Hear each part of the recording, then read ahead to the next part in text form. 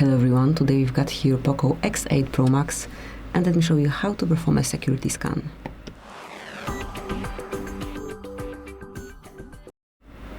So first of all, enroll security app and click on security scan.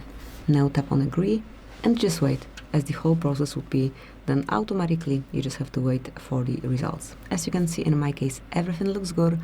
So if you have the same scenario here, just go back and go back to standard usage. However, if there is any threat detected on your device, just remove it straight from this panel. So over here you will be able to see the icons to remove particular issue. So that's it, that would be all. Thank you for watching. Please subscribe our channel and leave the thumbs up.